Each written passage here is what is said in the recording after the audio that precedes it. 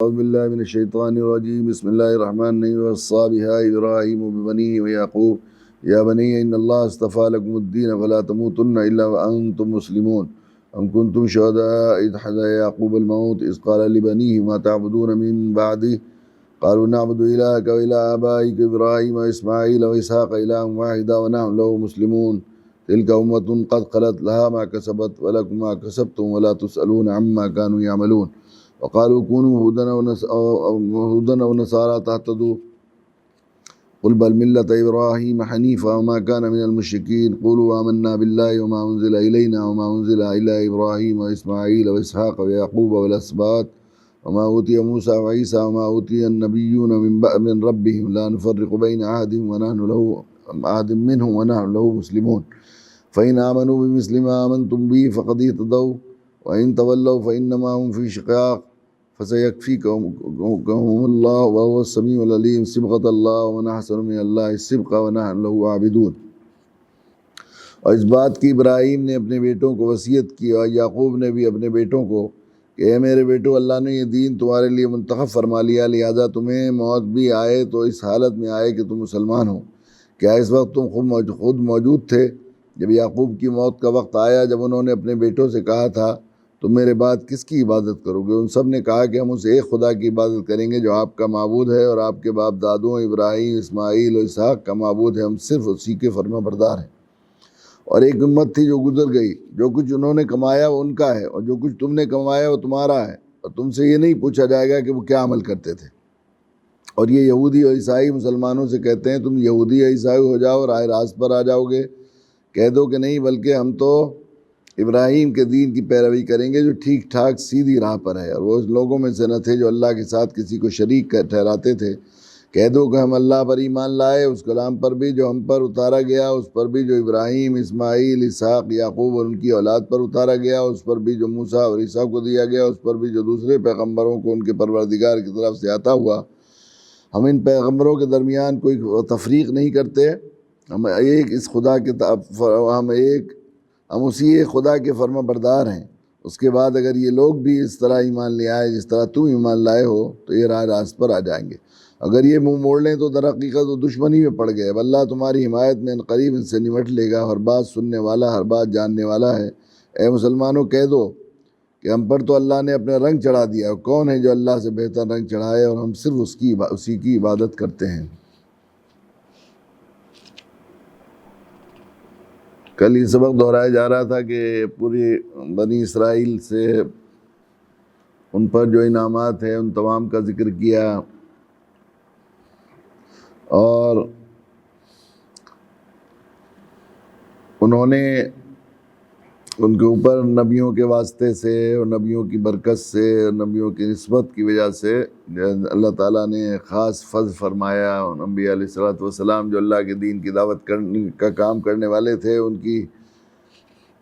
چونکہ بہت دلجوئی اللہ کے یہاں سے داعیوں کی ہوتی ہے، اس دلجوئی کی وجہ سے ان کی قوم نے جو غلطیاں کی، جو کوتاہیاں کی، ان پر بار بار عذاب آتے رہے، اور نبیوں کی دعاؤں کی برکت سے اور انبیاء علیہ الصلوۃ والسلام کی فریاد اور مرادوں کی برکت سے اللہ تعالیٰ نے ان سے نہ صرف یہ عذاب ٹالا بلکہ ان کو احسان در احسان کرتے رہے۔ ان تمام احسانات کا گزشتہ دنوں ذکر کیا گیا۔ اب آخر میں یہ نقطہ اتحاد، چونکہ یہ لوگ یہودی اور نصرانی اپنے آپ کو بنی اسرائیل کہتے تھے، حضرت یعقوب علیہ الصلوۃ والسلام کی اولاد، اور مکہ کے قریشیوں سمیت یہ سب لوگ اوپر سے نسبت حضرت ابراہیم علیہ الصلوۃ والسلام کی طرف کرتے تھے، اور اس نسبت کی وجہ سے ناز کرتے تھے کہ ہم سب سے زیادہ پیارے ہیں، اللہ کے محبوب ہیں، ہمارے علاوہ کوئی جنت میں نہیں جائے گا، ہم ہی ہدایت یافتہ ہیں، ہم ہی صاحب ایمان ہیں، اور ہم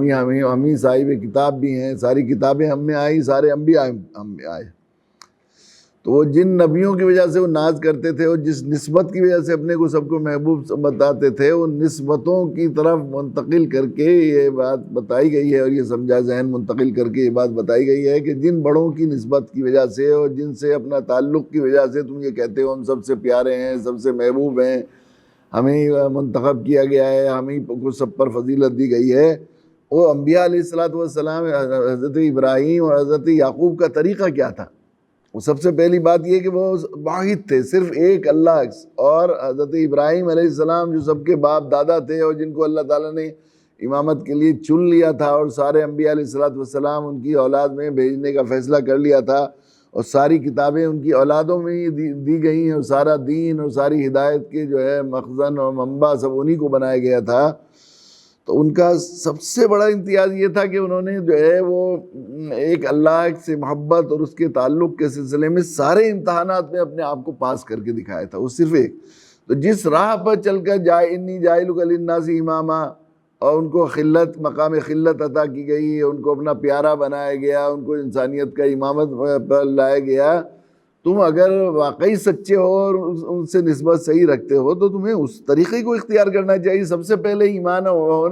لانا چاہیے، اور سب سے پہلے موحد ہونا چاہیے، اور اللہ کی بات ماننے والا ہونا چاہیے، اس لیے کہ جس راہ پر چل کر وہ اتنے بڑے بنے، اسی راہ پر چل کر تم بھی اس راہ پر، جس راہ پر چل کر وہ کامیاب ہوئے اور بامراد ہوئے، تو اسی راہ پر چل کر تم بھی کامیاب مراد ہوگے۔ ان کا طریقے کو چھوڑ کر ان کے طریقے کے بالکل مخالف شرک اختیار کرو گے اور اللہ کی نافرمانی کرو گے، اللہ کے احکام کو ماننے اور سر تسلیم خم کرنے کے بجائے، جو حضرت ابراہیم نے قال لہ ربہ اسلم قال اسلمت لرب العالمین، اللہ کی حمد و ثنا کے ساتھ ایک دم کہا کہ اللہ میں تو فرما بردار ہوں، اس آپ تو کائنات کے رب ہیں۔ اس طرح ان کی یعنی سعادت مندی اور اللہ کے سامنے فرما برداری خود سپردگی کا یہ حال تھا، تو تم اس کے خلاف چل کر کیسے تم اللہ کے محبوب بن سکتے ہو، اور کیسے یہ تمہارا دعویٰ صحیح ہو سکتا ہے کہ ہم اس سے نسبت رکھتے ہیں۔ کل میں نے عرض کیا تھا کہ ہم لوگ راج گڑھ میں گئے، ذرا ذہن سے یہ بات نکل گئی، آخر میں ایک بہت دلچسپ اس کا ایک حصہ رہ گیا تھا کہ ہم نے ان سے یہ بات کہی کہ دیکھو وہ یہ سارے بزرگ اور سارے اللہ والے نانول والے خواجہ جن کے پاس جا کر اللہ نے تمہیں اتنا محبوب بن گئے کہ ان کے یہاں جا کر تمہاری مشکل حل ہو گئی، اللہ نے تمہاری مراد پوری کی، تو ان تمام صوفیہ کا اور سارے بزرگوں کا ساری زندگی کا نعرہ اور آواز اور ذکر یہ ہوتا تھا کہ لا الہ الا اللہ کی صدا لگے، حتیٰ کہ لا الہ کے بعد الا اللہ یعنی لا الہ کو بھی چھوڑ دیتے، بس میرے اللہ کے علاوہ کچھ ہے ہی نہیں، اللہ کے علاوہ کچھ ہے ہی نہیں، حتیٰ کہ لا موجود الا اللہ تک، لا محبوب الا اللہ بھی کی یہ لگایا کرتے تھے، یعنی یہ کہتے تھے کہ اللہ کے علاوہ کوئی ذات اس لائق ہے ہی نہیں کہ اس کو موجود کہا جا سکے، اس کے وجود کو تسلیم کیا جا سکے، وہ تو اتنا زیادہ توحید۔ اب جب یہ حال تھا تو اب ان کے اس مقام پر جو ان کے کہنے سے تم نے اپنے گھر بنایا ہے، وہ انہوں نے ایک بنایا ہوا تھا، اس کا ان کے ایک حجرہ، اور اس کے چاروں طرف ہنومان جی کی، شیو جی کی، اور بہت کالی کی، اور بہت سی مورتیاں اور مزاروں کے فوٹو ووٹو لگا رکھے تھے، تو ہمیں بھیجا بھائی تم اسی راستے، اگر تم یہ چاہتے ہو کہ تم ان جیسے محبوب بن جاؤ تو ان کے طریقے پر، ان کی تعلیمات کو، خواجہ کی تعلیمات کو مانو گے، جبھی تو جو ہے وہ تم اللہ کے نزدیک محبوب بنو گے۔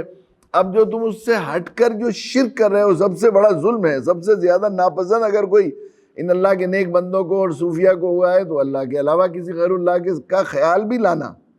کسی کو کچھ اہمیت بھی دینا، کسی کو کچھ سمجھنا بھی، غیر اللہ کو ان کے یہاں اس کا تصور بھی نہیں تھا۔ تو اگر تم اس راہ پر چلو گے تو کچھ دن تک تو ماں باپ رہتے ہیں، اور پھر جب عاجز آ جاتے ہیں اور دیکھتے ہیں اولاد ہماری ہمارے راستے سے ہٹ گئی ہے اور دوسرے راستے اختیار کر رہی ہے، تو پھر وہ چلے بھی جاتے ہیں۔ تو ان کے تصور میں یہ تھا کہ انہوں نے یہ بات کہی تھی کہ جو ہے وہ تم ہمارے یہیں پر اپنا مقام بنا لو، استان بنا لو، تو ہم وہیں آیا کریں گے۔ تو انہوں نے یہ سوچ کر کہ خواجہ کا استان ہے، خواجہ آتے ہیں، ہو سکتا ہے کچھ جنات ہوں ایسے، وہ آتے ہوں یا کچھ ہو ایسا ہو۔ تو اس نے جو پٹواری تھے انہوں نے اپنی بیوی سے کہا سن لیا چودھران، سمجھ لیا؟ کہ ہاں سمجھ لیا۔ تو پھر کیا خیال ہے کہ بات تو سچی ہے؟ کہنے لگے اچھا تو چلو۔ بس اس نے اٹھایا، وہ جو ہے وہاں سے ایک ہنومان جی کی مورتی، پیچھے ان کے تالاب تھا، گھر کے دیوار تھی، ایک کو ادھر پھینکا، دور سے وہ آیا، پھر دوسری کو اٹھایا ادھر کو پھینکا، پھر تیسری کو اٹھایا ادھر پھینکا، پھر چوتھی کو اٹھایا ادھر پھینکا۔ وہ کہیں گے جی تو اب بتائیے ان کی شکشائیں ہمیں کیسے آئیں گی؟ میں نے کہا ہم ستسنگ کریں گے، تمہیں بلاؤ انہیں۔ پھر میں نے وہاں مولانا کو لگایا۔ تو جس راستے پر چل کر وہ لوگ بڑے بنے، اگر تم لوگ اس تفاقہ اور خلت کا حضرت ابراہیم علیہ السلام کو اور حضرت یعقوب علیہ السلام کو اتنا انتخاب کیا کہ اللہ تعالیٰ نے ہدایت اور امامت ان کے خاندان میں رکھ دی، تو تم اس راستے کو چھوڑ کر دوسرا راستہ اختیار کرو گے، شرک کا راستہ اختیار کرو گے، ایک اللہ کے علاوہ دوسرے کے کچھ ہونے کا، اللہ کو ناراض کرنے والا راستہ اختیار کرو گے، تو تمہاری یہ نسبت، تمہارے یہ دعوے اور تمہاری یہ اپنا ناز، ساری چیزیں ساری بالکل جھوٹی اور عبث ہوں گی، یہ بتانے کی کوشش کی۔ پھر دوسری بات یہ کی ہے کہ وہ انبیاء علیہ السلام جن کو اللہ تعالیٰ نے منتخب کیا تھا، جن کو اپنے بھلے برے کی ان چیزوں کی کبھی علم دیا تھا جو اپنے حواس سے اور اپنی عقل سے حاصل نہیں کر سکتا. اپنی آخرت کی نفع اور حقیقی نفع کیا ہے، وہ چیزیں جو غیب کی ہیں وہ بھی ان کو بتا دی تھی، ان کو سب سمجھا دی تھی. ان سے زیادہ نہ کوئی ہوش مند کوئی تھا، نہ ان سے زیادہ صحیح جاننے والا تھا اپنے بھلے برے کو، اور نہ ان سے زیادہ اپنی نسلوں اور اپنی ذریت کے سلسلے میں درد رکھنے والا تھا کہ جہاں کہیں بھی ان کو خیر ملی وَمِن ذُرِّيَّتِي أُمَّةً مُسْلِمَةً لَكَ. اللہ ہمیں تو بنائی، مجھے بنائے رکھیے فرما بردار، لیکن میری اولاد کو بھی جہاں یہ انی جاعلک للناس اماما قال ومن ذریتی، جب وہ حکم ہوا کہ تمہیں امام بنایا جاتا تو میری اولاد کا کیا ہوگا. ایک دم ابراہیم علیہ السلام اتنا زیادہ اپنی نسلوں اور اپنے بچوں کے اور تم لوگوں کے یعنی یہود و نصارہ ان سے خطاب کیا جائے تمہارے اتنا خیال کرنے والے ہیں، اتنا جو ہے فکر رکھنے والے تھے. تو وہ مرتے مرتے دنیا سے گئے تو انہیں دونوں کو صرف فکر اس بات کی تھی کہ تم میرے بعد کس کی پوجا کرو گے، تمہارے ایمان و عقیدے کا کیا حال ہوگا.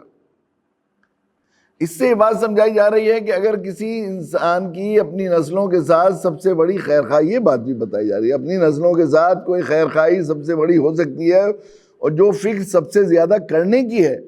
وہ یہ ہے کہ مرنے کے بعد جو ہے ان کی وہ اللہ کے علاوہ کس کی پوجا کریں گے. کل میں نے عرض کیا تھا حضرت والا ہمارے حضرت مولانا علی میاں نور اللہ مرقدہ اس آیت شریفہ کو بے حد اپنی تقریروں و بیانات میں وہ کیا کرتے ہیں، حتیٰ کہ وہ حضرت والا کی ایک پہچان بن گئی تھی، ایک طرح سے ان کا حضرت کا سلوگن بن گیا تھا. ما تعبدون من بعدی.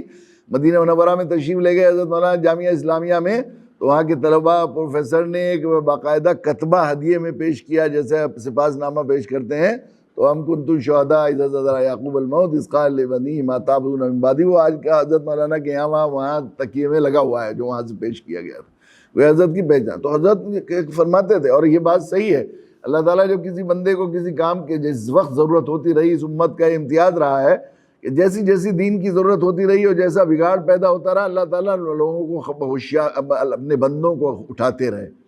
وہ ہند میں حضرت مجدد الفسانی رحمۃ اللہ علیہ کو وقت پر اٹھایا، پھر حضرت شاہ ولی اللہ رحمۃ اللہ علیہ کو وقت پر کھڑا کیا. وہ ہند میں سرمایہ ملت کا نگہباں اللہ نے بر وقت کیا جس کو خبردار، یہ ان کے بارے میں کہا، لیکن ہر ایک کو بر وقت خبردار کرتے، جیسے جیسے فتنے اور وہ آتے جاتے ہیں اس کے تحت کھڑا کرتے جاتے ہیں. تو چونکہ یہ زمانہ الہاد و بے دینی کا ہے، اور وہ حدیث میں آیا ہے کہ آدمی ایک زمانہ وہ آئے گا کہ آدمی صبح کو مومن ہوگا اور شام کو کافر، اور شام کو مومن ہوگا صبح کو کافر. ایسا حال، یہ حال ہے ایمان کے جانب، چاروں طرف سے ایمان کو چھیننے، الہاد، بے دینی، کفر اور شرک کے سلسلے میں کیسی تحریکیں چل رہی ہیں، کیسی تعلیم کے واسطے سے اور انٹرنیٹ کے واسطے سے، ہر واسطے سے چل رہی ہیں. تو اس وقت سب سے زیادہ فکر اپنی نسل کی کرنے کی، خیر خواہوں کے لیے جو ہوش مند ہیں، سب سے زیادہ اگر فکر کرنے کی بات ہے وہ یہ ہے کہ ہماری نسلیں اپنی نسلوں کے لیے اطمینان کرنے کے بعد تعبدون من بعدی، میرے بعد کس کی پوجا کریں گے. اور بلا شبہ ہے بھی عقل کی بات، اس لیے کہ یہ دنیا عارضی ہے. ایمان مرنے کے بعد کی زندگی ابد الاباد کی زندگی ہے. وہاں کی نفع، وہاں کی نجات کا دار و مدار ایمان اور جو ہے توحید کامل پر. توحید کا عقیدہ، اگر عقیدہ صحیح ہو گیا اور آدمی صرف ایک اللہ کو ماننے کا جان گیا، اللہ کی ذات و صفات پر اس کا ایمان آ گیا، اور ایمان اللہ کی ذات و صفات کے ایمان کے جز ہیں، آخرت کا ایمان اور رسالت کا ایمان، سب اس کی شاخیں ہیں. تو اگر وہ آ گیا آدمی کو تو پھر ہمیشہ ہمیشہ ابد الاباد کی جہنم سے بچ کے ابد الاباد کی جنت کا جو ہے حقدار ہو جائے گا. تو یہ دنیا عارضی ہے. ہوش مندی کی بات ہے، عقل مندی کی بات یہ ہے کہ اس دنیا کو جو بالکل خواب کی زندگی ہے، وما الحیات الدنیا اللہ سرائے کی جو حیثیت ہوتی ہے، اس دنیا کی زندگی کی حیثیت ہماری سرائے کی، بلا شبہ ہی سرائے، بلکہ سرائے میں بھی آدمی کو اطمینان ہوتا ہے. سرائے میں ہوٹل میں جاتا ہے تو آدمی وہاں کے مالک سے، مینیجر سے کہتا ہے 3 دن کے لیے کمرہ بک کرنا ہے، یا 2 دن کے لیے، 24 گھنٹے کے لیے. تو ایک ذرا سے گونا طبعی طور پر ایک اطمینان ہوتا ہے کہ بھئی 24 گھنٹے تو مجھے یہاں رکنا ہی ہے. لیکن اس دنیا کا تو ایک لمحہ، ویٹنگ روم میں بھی آدمی ٹرین کے ویٹنگ روم میں رہتا ہے تو وہاں بھی اسے معلوم ہے کہ 12:45 پر میری ٹرین کا ڈپارچر ٹائم ہے، تو اس سے ایک لمحہ پہلے ٹرین نہیں جائے گی. اتنا ہے 45 یا 47 منٹ جتنے میرے پاس ہیں تو یہ اطمینان کے ہیں. لیکن اس دنیا کا تو ایک لمحہ کا اطمینان نہیں ہے. جو آدمی یہاں کتنا ناپائیدار ہے کچھ پتہ نہیں ہے. کتنے لوگ ہمارے ساتھ رہتے تھے پچھلے سال رمضان میں، اب وہ نہیں ہیں یہاں پر. کتنے لوگ ان گھروں میں جن میں ہم رہتے ہیں، ان میں کچھ لوگ اور رہتے تھے. اب وہ کچھ لوگ بستر لیے بیٹھے ہوئے ہیں کہ یہ ہمارے بیڈ اور یہ کمرہ خالی کر کے جائیں تو ہم انتظار کریں. جیسے بعض دفعہ اس میں جو ہے ہوٹل میں اور سرائے میں مالک کہہ دیتا ہے بھائی 2 بجے مسافر جانے والے ہیں تو آدمی سامان باہر رکھ کے کھڑا رہتا ہے. اس طرح کتنے لوگ ہماری انتظار کر رہے ہیں. یہ ایسا بالکل ایسا حال ہے یقینا. وہاں مراد آباد میں مولانا مفتی عفان صاحب ایک مرتبہ شاید فرما رہے تھے کہ ظہر کی نماز میں اعلان ہوا ایک صاحب نے کہ میرے بھائی کا انتقال ہو گیا ہے اور عصر میں نماز جنازہ ہوگی, ان کے لیے دعائے مغفرت کریں اور زیادہ سے زیادہ لوگ اس میں شریک ہوں. عصر کی نماز ہوئی تو 2 جنازے تھے. کسی نے پوچھا کہ دوسرا جنازہ کس کا ہوا؟ کہ جس نے اعلان کیا اس کا جنازہ ہے, جاتے ہی انتقال ہو گیا, سوچا ذات کے ساتھ ہی تدفین ہو جائے. اور یہ ہم روز دیکھتے ہیں لوگ کتنے لوگ کتنا پلان بناتے ہیں اور کتنا کچھ کرتے ہیں. تو یہ عارضی سر تو ہوش کی بات یہ ہے کہ عارضی سرائے کے مقابلے میں ہمیشہ کہ گھر کی کامیابی کی اپنی بھی فکر کی جائے اور اپنی جن لوگوں سے محبت ہے ان کو بھی اس کے سلسلے میں حساس بھی کیا جائے, ان کی فکر بھی کی جائے. یہ فکر کرنے کی ضرورت ہے اصل. تو انبیاء علیہ السلام اور اس وہاں کی کامیابی اور نجات کا دار و مدار ایمان پر ہے, ایمان و عمل صالح پر ہے اور صحیح عقیدے پر, توحید پر ہے. اس لیے وہ انبیاء علیہ السلام اس کی فکر کرتے تھے بس کہ میرے بچے کیسے فرما بردار بن جائیں, امتا مسلمۃ لک. حضرت ابراہیم علیہ السلام یا حضرت وصا یا بنی ان اللہ اصطفیٰ لکم الدین ولا تموتن الا وانتم مسلمون. تمہیں اللہ تعالیٰ نے اس دین کے لیے, اس دین کو تمہارے لیے منتخب کیا ہے تو بس تم جو ہے اسی پر جینا اور اسی پر بڑھنا, مسلمان ہی رہ کر مرنا, اسلام پر جینا اور اسلام پر مرنا. یعنی زندگی صرف نہیں گزارنا بلکہ موت تک ہر لمحہ ساری دنیا پہچان لے کہ تم فرمانبردار ہو. اور ہم کنتم شہداء اذ حضر یعقوب الموت اذ قال لبنیہ ما تعبدون من بعدی. اس سے بات بتائی گئی ہے کہ جن انبیاء ان سے تعلق رکھتے ہو تم اور جن کی نسبت پر ناز کرتے ہو, اپنے کو محبوب سمجھتے ہو اور اپنے کو مقتدی سمجھتے ہو اور ساری دنیا سے افضل سمجھتے ہو اور یہ ناز ہے کہ ہمارے علاوہ کوئی جنت میں نہیں جائے گا, ان کا طریق یہ تھا. تم اس طریق سے ہٹ کر بالکل اس کے خلاف راستے پر چل رہے ہو. لا ینال عہد الظالمین, تو خود کہہ دیا اللہ نے وعدہ کیا تھا کہ ظالموں سے اور راستہ چھوڑ کر, صحیح راستے کو چھوڑ کر, ایمان و اسلام کا راستہ چھوڑ کر نافرمانوں اور گناہ گاروں اور فاسقوں کے لیے کوئی نسبت بڑی سے بڑی. نیک لوگوں کے لیے اس میں ہے قرآن کی میں بھی جگہ جا بجا حدیث سے بھی بات ثابت ہوتی ہے, جو لوگ والدین کی نیکی کی اتباع کرتے ہیں اور فرما برداری کی کوشش کرتے ہیں, اطاعت اور فرما برداری کا ایمان و عمل صالح کا راستہ اختیار کرتے ہیں, اگر وہ اپنی کسی کمزوری کی یا ضعف کی وجہ سے ان کے درجے کے اعتبار سے نیچے رہ جائیں گے تو اللہ تعالیٰ اس نیکی اور سعادت مندی کی وجہ سے اللہ تعالیٰ ان کو بڑوں کے ساتھ ملا دیں گے جو نیک ہیں. لیکن جو گناہ گار ہیں وہ راستہ غلط اختیار کرتے ہیں, ہرگز ان کی وہ نسبت ان کو کام نہیں دے گی. تو فکر کرنے کی بات یہی انبیائی مشن ہے. انبیاء کی فکر سب سے بڑی یہ ہوتی ہے کہ وہ اپنی نسلوں کے ایمان کی اور ان کی جو ہے اسلام کی فکر کریں. یہ اور یہی فکر کی ضرورت کے لیے حضرت نور اللہ مرقدہ ما تعبدون من بعدی کی صدا لگاتے تھے, اور یہی فکر کر کے حضرت شاہ ولی اللہ رحمۃ اللہ علیہ کو اللہ تعالیٰ نے بر وقت ہوشیار. اپنے زمانے میں حضرت مغل ایسی حکومت ظاہر ہے کہ وہ جو تھے کیا نام اورنگزیب جیسا, عالمگیر جیسا قریش جو ہے صفات کا ایک حامل, اس کے بعد ان کو کوئی جانشین نہیں مل سکے, وہ اتنی بڑی مملکت کو سنبھالنے والے پر نہیں پیدا ہو سکے. اور بعد میں وہ بادشاہ گر جو یہاں کے لوگ تھے سادات, انہوں نے جو ہے حکومت کی اینٹ سے اینٹ بجانے میں اور اپنے مفادات حاصل کرنے کے لیے اس حکومت کو جو ہے ضائع کرنے کے سلسلے میں کوئی کسر نہیں چھوڑی. تو شاہ ولی اللہ رحمۃ اللہ علیہ کے زمانے میں 9 بادشاہ ایک کے بعد ایک بدلتے رہے. انہوں نے آخری درجے میں کوشش کی کہ حکومت کسی طرح خلاف سنبھل جائے. پھر دوبارہ اس کے لیے جو کچھ سیاسی کوشش کر سکتے تھے باہر سے بلا کر یہاں مقامی لوگوں کو جوڑ کر وہ کی. پھر انہیں محسوس ہو گیا کہ اب یہ بادشاہوں کے بس کے اب اسلامی مملکت کا باقی رکھنا اور اسلامی نظام کو قائم کرنے کا اب فیصلہ نہیں رہا ہے. اب ضرورت ہے کہ مسلمان خود اپنے بچوں اور اپنے نسلوں کے ایمان کی فکر کریں. اس کے لیے مدارس کا ایک نظام شاہ صاحب نے شروع کر دیا, ایک نظام تعلیم شروع کر دیا شاہ صاحب نے اس وقت. یہ مدارس کا سلسلہ شروع. تو یہ جو پورا مدارس کا سسٹم ہے یہ اصل میں انبیائی وہ مشن ہے, ابراہیمی مشن اور اسرائیلی مشن. یہ حضرت یعقوب حضرت ابراہیم کے اس درد کا وہ جو ہے مظہر ہے یہ 100%. یہ مدارس کی کوشش یہی ہے کہ نسلوں کو ایمان پر باقی رکھنے کا اس کے علاوہ کوئی طریقہ نہیں. ان کے جو ہے بنیادی اس کی معصوم سی جو ہے کوری تختی پر لا الہ الا اللہ محمد الرسول اللہ کی پختہ مہر ثبت کر دی جائے، ان کے ذہن میں ایمان اور اسلام کو ثبت کر دیا جائے. اس کا واحد طریقہ یہ ہے کہ جو دینی تعلیم ہے، ابتدائی دینی تعلیم، اس کو لازمی اور ضروری قرار دیا جائے. اس لیے حضرت مولانا نور اللہ مرقدہ اتنا کہتے تھے اس وقت کا جہاد یہ ہے کہ محلے محلے اور قریے قریے مکاتب کا نظام قائم کیا جائے اور بچوں کی ابتدائی تعلیم شروع کی اس کا ایمان و عقیدہ کے سلسلے میں اس کا ذہن پختہ کر دیا جائے اور اس کی جو ہے کوری تختی پر اسلام اور لا الہ الا اللہ محمد الرسول اللہ کا کلمہ ثبت کر دیا جائے. اور حضرت اس لیے بہت فکر رکھتے تھے اور دینی تعلیمی کونسل قائم کی اور پھر اس کے لیے کوششیں کی. اور حضرت اکثر اپنے تقریروں میں یہ بات فرمایا کرتے تھے کہ بچوں کا چھوٹی عمر میں مر جانا اس سے بہتر ہے. حضرت نے کئی مرتبہ مراد آباد کا ایک بہت بڑا دینی تعلیمی کونسل کا ایک بہت بڑا پروگرام تھا، اس میں یہ بات فرمائی حضرت نے کہ اللہ تعالیٰ آپ کے بچوں کو سلامت رکھے. ذرا سوچیں کہ معصوم بچے کا جنازہ میرے ہاتھ پر ہو تو کتنا بڑا حادثہ ہے یقیناً. اور یہ تو حضرت نے فرمایا لیکن میں یہ کہتا ہوں کہ بچوں کا چھوٹی عمر میں مر جانا اس سے بہتر ہے کہ بچے دینی تعلیم سے محروم رہ کر بڑے ہوں اور وہ اس دنیا کو بھی آپ کے لیے جہنم اور دوزخ بنائیں اور مرنے کے بعد جب وہ دوزخ میں جائیں تو آپ کو لے کر جائیں. حضرت نے فرمایا کہ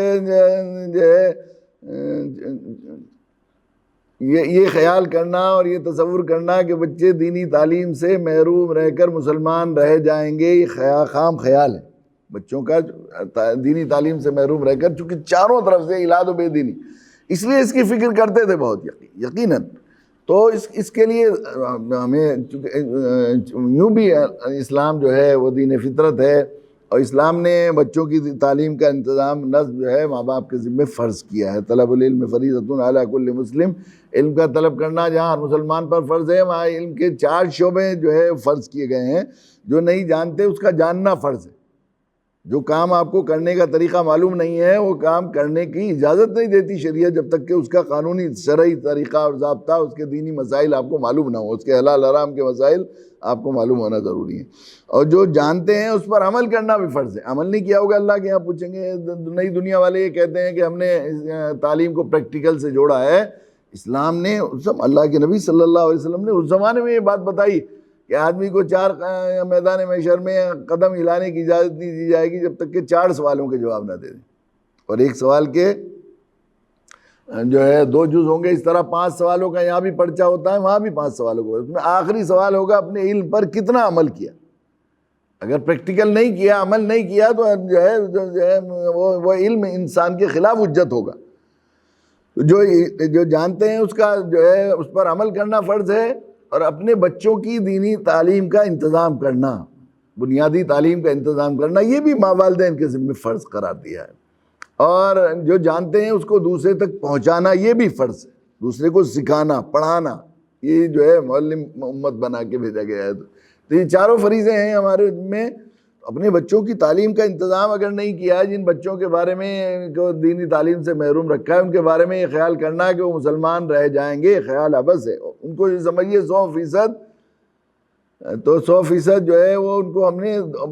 ایمان سے، جن بچوں کو تعلیم سے محروم رکھا گیا ان کو ہم نے دین سے، ہم نے جو ہے ان کو اسلام اور ایمان سے محروم کر دیا.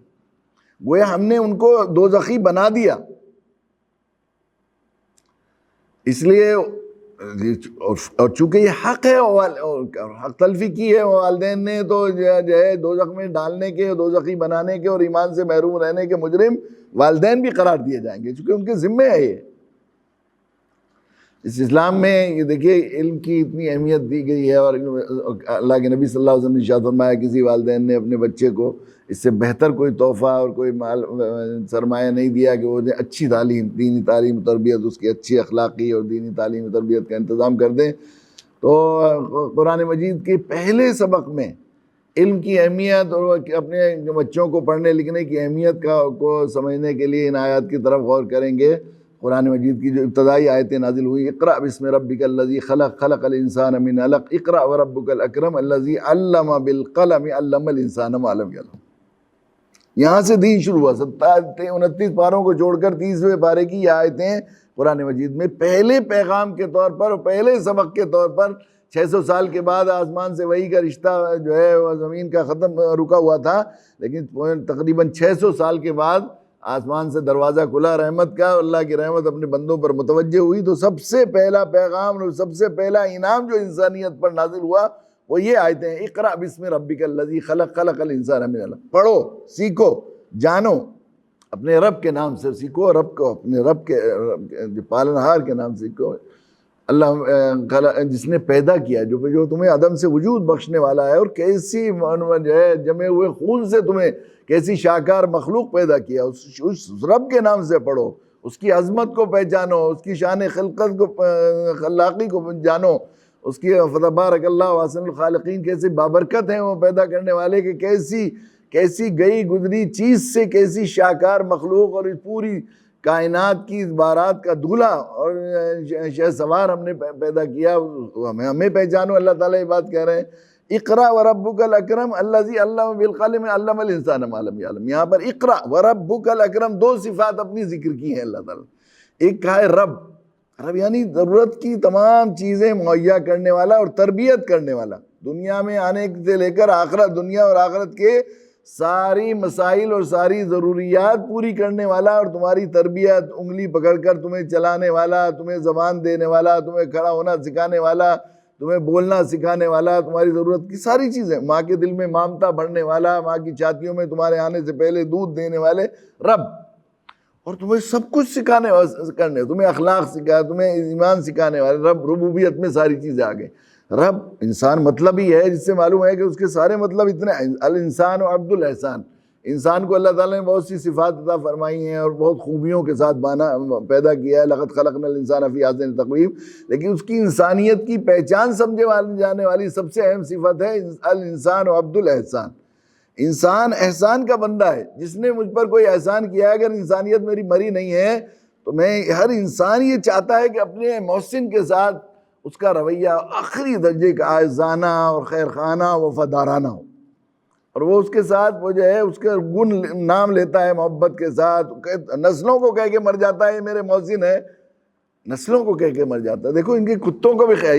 یہاں تک یہ جملے ہوتے ہیں، دیکھو ان کو کتوں کا بھی احسان ماننا ہے، یہ کتے بھی ان کے محسن ہیں. یہ ہوتا ہے انسان. تو انسان کو اس طرح کی فطرت بنائی ہے اللہ تعالیٰ نے. تو احسانات در احسانات کرنے والے رب، اکرم، کریم اور رحیم،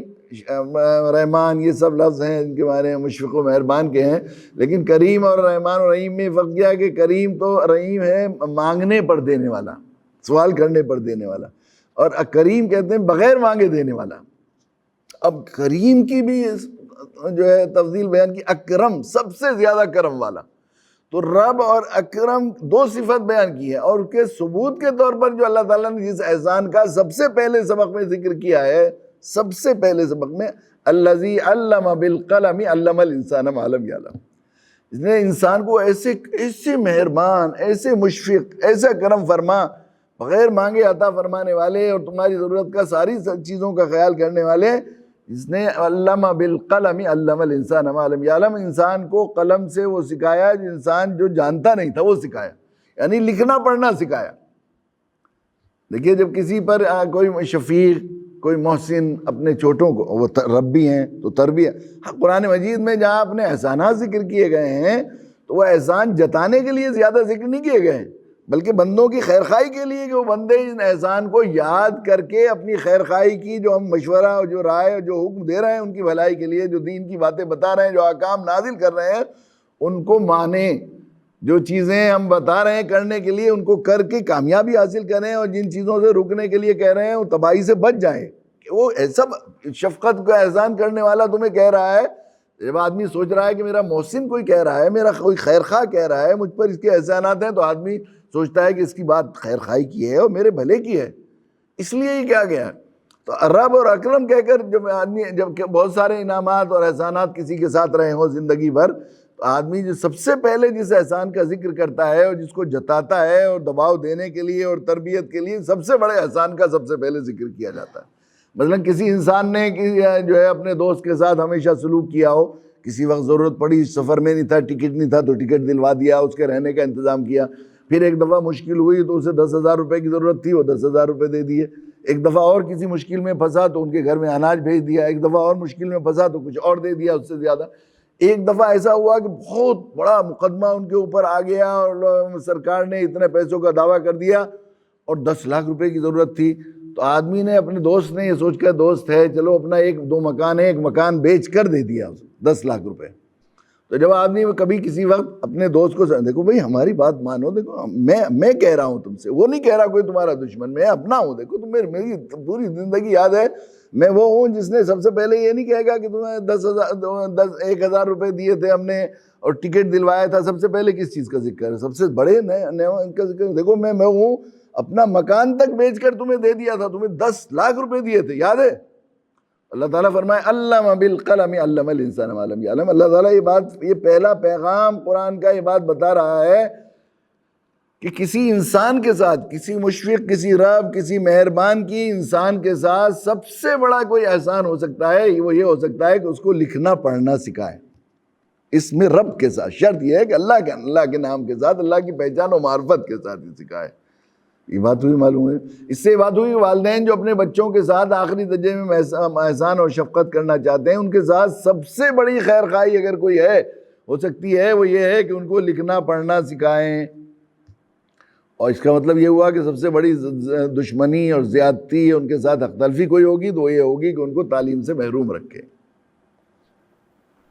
اور تعلیم سے مطلب یہ ہے کہ وہ اللہ کو پہچانے۔ اللہ کے اصل بات یہ ہے کہ ان کی آخرت اور دنیا دونوں کا دار و مدار اس پر ہے کہ وہ اللہ کی، انہیں ایمان عمل صالح سیکھ لیں، دین سیکھ لیں، اسلام سیکھ لیں، زندگی گزارنے کا وہ طریقہ سیکھ لیں جو ان کی دارین کی فلاح اور کامیابی کے لیے۔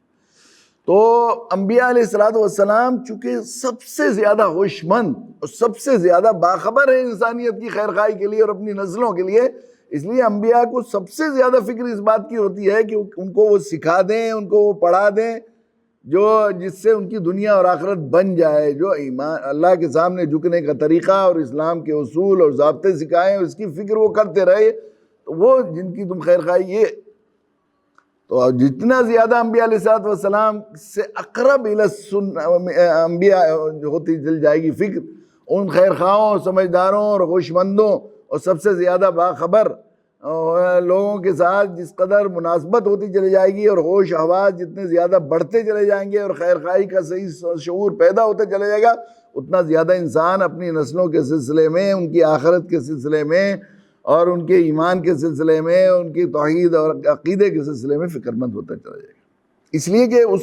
اس عقیدے، توحید اور اس ایمان پر ہمیشہ ابد الآباد کی زندگی کی کامیابی کا نجات۔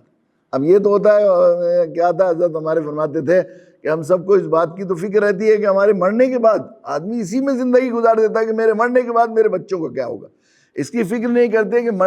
بچوں کے مرنے کے بعد بچوں کا کیا ہوگا، ان کی کیسے فکر کی جائے گی۔ اس کی فکر کی ضرورت ہے، یقین ہے وہ ہمیشہ ہمیشہ کی زندگی ہے۔ مجھے یاد ہے میں نے شاید آخری صفحے میں ذکر بھی کیا ہے کہ ایک مرتبہ ہم لوگ پنجاب میں گئے تو خرد ایک جگہ ہے پنجاب میں، وہاں ایک گاؤں ہے، اس میں ایک مدرسے کی بنیاد رکھی۔ اب اس کے بعد بات ہوئی، بیان ہوئی، تو لوگ تھے بیچارے وہ وہاں مزدور ہیں، کسانوں، سکھ سردار کسانوں کے یہاں کام کرتے تھے، سرداروں جیسے بنے ہوئے تھے۔ تو پھر اللہ کی شکر ہے پھر وہ نماز کی طرف آئے تو اپنے تھوڑے بہت ہولیے انہوں نے صحیح کیے، تو خود ہی کہنے لگے کہ ہمارے یہاں بھی ایک مدرسہ قائم کرا دیجیے۔ تو جگہ دے دی، ہم لوگ بنیاد رکھی۔ وہ بنیاد رکھنے کے لیے گئے، سنگ بنیاد کا جلسہ تھا۔ تو تقریر کے بعد میں نے کہا بھائی چندہ، لوگوں نے کہا چندے کی تشکیل کر دے، کوئی 500 دے رہا تھا، کوئی 1000، کوئی 200۔ میں نے کہا بھائی کمرے بولو، کمرے۔ تو بیچارے مزدور ملازمت کیا کرتے تھے، وہ ہنسنے لگے وہ کہ حضرت کیا بات کہہ رہے ہیں، ہم کمرے کے لائق کہاں تھے۔ تو میں نے ان سے یہ بات کہی، سوال کیا کہ اچھا یہ بات بتائیے کہ یہاں آپ کے بچے اس دنیا میں کتنے دن رہیں گے، کتنے دن بتائیے، زیادہ 20 سال، 30 سال، 40 سال۔ جواب انہوں نے دیا تو میں نے ان کی طرف سے جواب دیا 40 سال، 50 سال، 60 سال، 80 سال، زیادہ سے زیادہ 100 سال کی عمر ہوگی، 10 سال کا بچہ ہے تو اور 80-90 سال رہے گا، رہیں گے نہیں۔ اس کے بعد کہاں جائیں گے؟ کہ اس کے بعد اللہ کے یہاں جائیں گے۔ کہ وہاں کتنے دن رہیں گے؟ کہ وہاں تو ہمیشہ رہیں گے۔ میں نے کہا ہمیشہ رہیں گے وہاں بالکل ہمیشہ رہیں گے؟ ہاں ہمیشہ، کہ بالکل وہاں ہمیشہ رہیں گے؟ کہ ہمیشہ رہیں گے۔ کہنے لگے یہ تو ہم جب بھی مانتے تھے جب ہم سکھ بنے ہوئے تھے، اب تو اللہ کی شکر ہے ہم دوبارہ اسلام میں آ گئے ہیں، تو وہ کہنے لگے یہ تو ہم جب بھی جانتے تھے کہ وہاں ہمیشہ رہیں گے۔ میں نے کہا اچھا انصاف سے بتائیے، جہاں آپ کے بچے آپ کے خیال کے مطابق 20 سال 30 سال 40 سال 50 سال 60 سال زیادہ سے زیادہ 80 سال رہیں گے،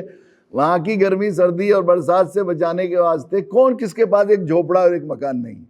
ہر ایک کے پاس مکان ہے کہ یہاں سب کے پاس مکان ہے، جھوپڑا بھی ہے مکان بھی ہے اس میں نے کہا جہاں آپ کے بچے 100 سال زیادہ سے زیادہ 100 سال رہیں گے، 80-90 سال رہیں گے، وہاں کی سردی گرمی اور برسات سے بچانے کے لیے جب آپ ایک مکان بنا سکتے ہیں اور چلا سکتے ہیں، تو جہاں آپ کا بچہ ہمیشہ ہمیشہ رہے گا اور وہاں سے جائے گا نہیں، وہاں کی ہمیشہ کی سخت ترین دوزخ کی آگ سے بچانے کے لیے ایک مدرسہ بنا اور چلا نہیں سکتے آپ؟ جب 30 سال 40 سال کی زندگی کے لیے اپنے بچے کی گرمی سردی اور برسات سے بچانے کے لیے آپ ایک مکان بنا سکتے ہیں اور چلا سکتے ہیں، تو وہاں جہاں ہمیشہ عبد الآباد کے لیے رہے گا کہ وہاں کی آگ بچے گا جب جو مدرسے پڑھے گا، اس میں کوئی شک نہیں، بچے گا وہ جو مدرسے میں پڑھے گا اور دین کی تعلیم حاصل کرے گا، وہی جو دینی تعلیم حاصل نہیں کرے گا وہ بچے گا نہیں، وہاں پر ہمیشہ کی دوزخ میں جائے گا۔ تو وہاں کے لیے کیوں نہیں بچا سکتے؟ بس شرط یہ ہے کہ آپ جب یہاں کے لیے مکان بنا بھی سکتے ہیں اور چلا بھی سکتے ہیں 80 سال کے لیے، تو ہمیشہ کے لیے ایک مدرسہ بنا بھی سکتا ہے چلا بھی سکتا ہے ہر آدمی۔ یہ تو اللہ کے نبی صلی اللہ علیہ وسلم کے صدقے میں اجتماعی نظام ہے کہ پورے گاؤں سے مطالبہ کیا جا رہا ہے، ورنہ ہمارے والدین کے ذمے ہیں اپنے بچوں کی تعلیم کا انتظام کرنا، یعنی ایک مدرسہ بنانا اور چلانا یہ خود ذمہ داری ہے۔ اور جب ذمہ داری دی ہے اللہ نے، لا یکلف اللہ نفسا الا وسعہا، یہ بات اصولی طور پر سمجھ لینی چاہیے کہ شریعت نے جس چیز کا مکلف بنایا ہے انسان کے اختیار میں ہے، غیر اختیاری چیز کا مکلف نہیں بنایا۔ اگر آدمی کے بس میں نہ ہوتا ایک مدرسہ بنانا اور چلانا، اپنے بچوں کی تعلیم کا انتظام کرنا، تو اللہ تعالیٰ ہرگز انسان کے ذمے فرض نہیں بناتا۔ تو یقیناً یہ بات صحیح ہے، اس کی بڑی ضرورت ہے اس بات کی، جو مدارس ہیں یہ زمانہ خصوصاً آج کے دور میں اس کی اہمیت کو سمجھنا اور سمجھانا بہت ہی ضروری ہے کہ یہ مدارس کا نظام جو حضرت شاہ ولی اللہ رحمۃ اللہ علیہ نے یہ سلسلہ شروع کیا تھا، اور بعد میں المدارس دارالعلوم دیوبند، اور اس کے سلسلے کے بعد پھر یہ جگہ جگہ اس کی اتنی تحریک اور اتنی کوشش کر رہے ہیں، تو یقیناً اس کی بڑی اہمیت ہے۔ اس کی اہمیت کو علامہ ابن تیمیہ کا قول میں نے 2-3 دن پہلے عرض کیا تھا کہ تو انہوں نے لکھا ہے کہ تمہیں اپنی سب سے بڑی ضرورت اگر سمجھنی ہے تو دشمنوں کے تیروں کا رخ دیکھو، دشمنوں کے تیروں کا رخ جس طرف ہوگا وہ آپ کی سب سے بڑی ضرورت ہوگی، اس لیے کہ دشمن آدمی کی سب سے قیمتی سرمایہ کو سب سے پہلے ضائع کرنے کی کوشش کرتا ہے، سب سے بڑی ضرورت کو۔ اب پوری دنیا کی جو اسلام مخالف طاقتیں ہیں جو ہماری دعوت سے مجرمانہ غفلت کی وجہ سے اسلام کو شر سمجھ رہی ہیں اور اسلام کو کہیں جو ہے دہشت گردی اور چیزوں سے جوڑ رہی ہیں، وہ سب متفق ہو گئی ہیں پوری دنیا کی کہ دنیا سے یہ اسلام کے خاتمے کا اور جو ہے واحد طریقہ یہ ہے، واحد طریقہ یہ کہ جو ہے مدارس کو یا ختم کیا جائے یا مدارس سے ان کی روح ختم کر دی جائے۔ اب مدارس کی اہمیت کو سمجھنے کے لیے اب اس سے زیادہ اور کیا اللہ تعالیٰ دلیل قائم کر سکتے ہیں ہمارے لیے، اتمام حجت اور کیا ہو سکتی ہے اس کی اہمیت کو سمجھنے کی۔ اور یہ بات صحیح ہے بالکل، ذرا غور افسوس یہ ہے کہ ہم لوگ اس نعمت عظمیٰ کی قدر نہیں کی ہے، ان بزرگوں ان اللہ کے نیک بندوں کو جنہیں اللہ نے بر وقت خبردار کر کے یہ تحریک چلانے کی سوچی تھی، ان کی شدت کی اور ان کی فکر مندی کی ہمیں قدر نہیں ہے، اس لیے عام طور پر ہم مدارس کی جو قدر ہونی چاہیے وہ نہیں ہو رہی ہے۔ یقین ہے یہ بات صحیح۔ میں نے دہلی میں سبیل السلام کے ایک پروگرام میں ایک مرتبہ ہمارے اس کے ذمہ دار مولانا جنید صاحب نے بہت ہی دل کو تڑپا دیا اپنے ابتدائی اور تمہیدی بیان میں یہ بات کہہ کر کہ مدارس کی اور دینی تعلیم کی اہمیت کا اس سے اندازہ لگایا جا سکتا ہے کہ ہم لوگوں نے یہ ادارہ چلایا اور ہر لحاظ سے معیار ایسا پرکشش بنایا ہے کہ لوگ جو ہے اس کی قدر کریں اور ناقدری دل میں نہ ہو۔ والدین کی ذہن سازی کی گئی، بچوں کو بہت اس کے سلسلے میں پابند بنایا اور بہت کوشش کی حساس بنانے کی اور شعور بیدار کرنے کی تعلیم کے سلسلے میں، لیکن اتنے دن ہو گئے ہمیں مدرسہ چلاتے ہوئے، آج تک ہمیں یاد نہیں کنہیں والدین نے اپنی تقریبات یا اپنے سفر کے پروگرام ہماری چھٹی کا لحاظ کر کے بنائے۔ اسکول کی چھٹی کا، KG کلاس میں کوئی بچہ پڑھتا ہے اس کی چھٹی کا لحاظ کر کے شادیوں کے نظام بنائے جاتے ہیں، اپنی تقریبات کے نظام بنائے جاتے ہیں، لیکن مدرسے کی سنڈے کے دن کریں گے، سیٹرڈے کے دن کریں گے، 4th سیٹرڈے میں کریں گے یا 2nd سیٹرڈے میں کریں گے، اس کا لحاظ کرتے ہیں۔ کبھی یہ نہیں خیال ہوتا کہ جو ہے مدرسے کے بچے کی بھی تعلیم کا کچھ حرج ہوگا، اس کا خیال نہیں ہوتا۔ تو میں نے بات اس وقت عرض کی، اور جتنا زیادہ دن ہوتے جا رہے ہیں اس کی اہمیت مجھے زیادہ ہوتی جا رہی ہے کہ ہم پورے بر صغیر میں خصوصاً ہندوستان میں کوئی بھی دین کی رمق ذرہ برابر کہیں دین کی کوئی رمق یا دین کی کوئی چیز جو ہے دنیا میں دکھائی دے رہی ہے، کسی سر پر ٹوپی ہے، کسی چہرے پر داڑھی ہے، کسی زبان پر لا الہ الا اللہ ہے، بسم اللہ پڑھنے کی توفیق ہوئی ہے، مسجد بنانے کی توفیق ہوئی ہے، مدرسہ بنانے کی توفیق ہوئی ہے، یا کار خیر میں خرچ کرنے کی توفیق ہوئی ہے، روزہ رکھنا آیا ہے، حج کرنا آیا ہے، حج کے ارکان سیکھے ہیں، کوئی خانقاہ قائم ہوئی ہے، چلے 4 مہینے لگانے کی توفیق ہوئی ہے، تبلیغ کا پورا نظام اور اس کے 6 نمبر ساری کی ساری چیزیں، اور کوئی سیاسی تحریک پسند اللہ بورڈ، جمعیت علماء ہند یا مسلم مجلس مشاورت یا جماعت اسلامی ہند، کوئی بھی تحریک یا تنظیم جس نے دین کا تھوڑی بہت بھی خدمت کی ہو، اور کہیں دنیا میں کہیں دین کا کوئی نور ہندوستان خصوصاً ہندوستان میں دکھائی دے رہا ہو، مدرسے کا آخری درجے میں ناقد اور مخالف مجھے یہ ثابت کرے کہ یہ خیر اور یہ دین کا یہ نور مدرسے کے فیض کے بغیر آ گیا ہے، مجھے یہ ثابت کرے، اس کے پیچھے مدرسے کا فیض ہے۔ اب اس سے معلوم ہوتا ہے کہ وہ مدرسوں کی اہمیت اور قدر و منزلت، مدرسوں کا وجود دین اور مسلمانوں کے اسلامی تہذیب، تمدن اور ان کے دین اور ان کے عقائد، ان کے اعمال صالح کے وجود کے ساتھ لازم و ملزوم ہے۔ اس سے معلوم ہوتا ہے کہ یہ کتنی بڑی تحریک، کیسی اہمیت ہے۔ تو یہ 100% ابراہیمی ملت ابراہیمی کے ابراہیمی مشن کا مظہر ہے مدارس کی اہمیت جو ہے یہ، اور جو انبیاء علیہ السلام جیسا ہوش مند اور جتنا وہ ہوگا، جتنا زیادہ ان کی فکروں سے ہم آہنگ ہوتا چلا جائے گا، اتنا زیادہ اپنی نسلوں کے سلسلے میں، اپنے بچوں کے سلسلے میں ایمان اور ان کے عقیدے اور ان کے اسلام کی فکر کرنے کی کا جو ہے اس پر جو ہے وہ جنون اور غم سوار ہوتا رہے گا۔ جیسے ان کو مرتے مرتے حضرت یعقوب علیہ السلام اپنے بچوں سے یہ بات کہی، ہمارے حضرت تو بڑی پیاری بات کہتے تھے، فرمایا کرتے تھے کہ انہوں نے یہ بات کہی، ایسا لگتا ہے جیسے یہ کہہ رہے ہوں کہ میرے بچوں، میری کمر جو ہے، میری پیٹھ جو ہے قبر سے لگے گی نہیں جب تک کہ میں اطمینان نہ کر لوں کہ تم ایمان پر رہو گے، اسلام پر رہو گے نہیں۔ پھر انہوں نے یہ بات کہی، قالوا نعبد الہک و الہ آبائک ابراہیم و اسماعیل و اسحاق الہا واحدا، کہ ہم اسی اللہ کی پوجا کرتے ہیں جو آپ کا اللہ ہے، آپ کے خدا ہے، وہ آبا کا، آپ کے باپ دادے ابراہیم، اسماعیل، اسحاق کا وہ جو الہم واحد ہے، واحد ہے، وہ شرک سے ہمارا کوئی لینا دینا، وَنَحْنُ لَهُ مُسْلِمُونَ، ہم اسی کے آگے اپنے آپ کو خود سپرد کیے ہوئے، آپ نے ہمیں یہی سکھایا ہے۔ یعنی انہوں نے پوری زندگی کا پھر یہ بھی بتا دیا، انبیاء علیہ السلام کی ساری تگ و دو، ساری جد و جہد، ساری کوششوں کا نچوڑ اپنی نسلوں کے ساتھ ان کی خیر خواہی کا جو ہے خلاصہ یہ تھا جو انہوں نے بتا دیا ہے۔ کمائی ہے جو آپ نے ہمیں دیا، جو آپ نے پوری زندگی پڑھایا، یہ پورا جو ہے 20 سال 18 سال مدرسے میں پڑھایا، اور آخر کا خلاصہ پوچھنے کو کہا جائے شاگرد سے، ایسا لگ رہا ہے پوری زندگی جو ہمیں رہ کر جو سکھایا دیا، قالوا نعبد الہک و الہ آبائک ابراہیم و اسماعیل و اسحاق الہا واحدا ونحن له مسلمون تلک امۃ قد خلت لها ما کسبت ولکم ما کسبتم ولا تسألون عما كانوا یعملون۔ دیکھو ایک بات سن لو، یہ ایک قوم تھی، ایک امت تھی جو ایک صحیح طریقے پر چل کر جنت کی طرف چلی گئی، انہوں نے اپنا فرض نبھایا، اور انہوں نے جو اپنی ہوش مندی، دانش مندی اور اللہ کے بتایا ہوا دین، اور ان کو جو اللہ تعالیٰ نے عقل، فہم، شعور دیا تھا، صحیح فطرت سلیم دی تھی، اس کے تحت جو کچھ کیا اس کو حق ادا کر کے اپنی نسلوں کا حق بھی ادا کیا، اپنی زندگی کا حق بھی ادا کیا، وہ جنت کی طرف چلے گئے۔ وَلَكُمْ مَا كَسَبْتُمْ، لیکن تم اگر اس کے خلاف تم چلو گے اور اس کے طریقے کے خلاف چلو گے تو وَلَا تُسْأَلُونَ عَمَّا كَانُوا يَعْمَلُونَ، ان کے عمل کے بارے میں تم سے سوال نہیں ہوگا، تمہارے عمل کے بارے میں ان سے سوال نہیں ہوگا۔ انہوں نے جو ذمہ داری ادا کی وہ تمہارے کام نہیں آئے گا، ان کا کیا ہوا وہ اعمال تمہارے کام نہیں آئیں گے، ان کی جو ہے صحیح روی ہے اور صحیح راہ پر چلنا ہے اور حق ادا کرنا تمہارے کام نہیں آئے گا اگر تم غلط طریقے پر چلو گے۔ آگے پھر باقی وقت ہو گیا، انشاءاللہ آئندہ کل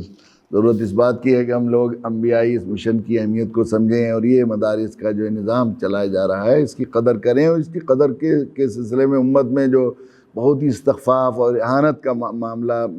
دینی اداروں اور دینی تعلیم کے ساتھ پایا جاتا ہے، اس بیماری کے علاج کے لیے سر جوڑ کر فکر کریں اور اس کی اہمیت اور عظمت کو لوگوں کے اوپر اجاگر کریں۔ اللہ تعالیٰ ہمیں توفیق عطا فرمائے کہ ہم اس نورانی مشن کی اہمیت کو سمجھیں، اور اس کے ساتھ امت مسلمہ کے ذہن میں اس کی اہمیت اور قدر کو واضح کر سکیں۔ وآخر دعوانا الحمدللہ رب العالمین۔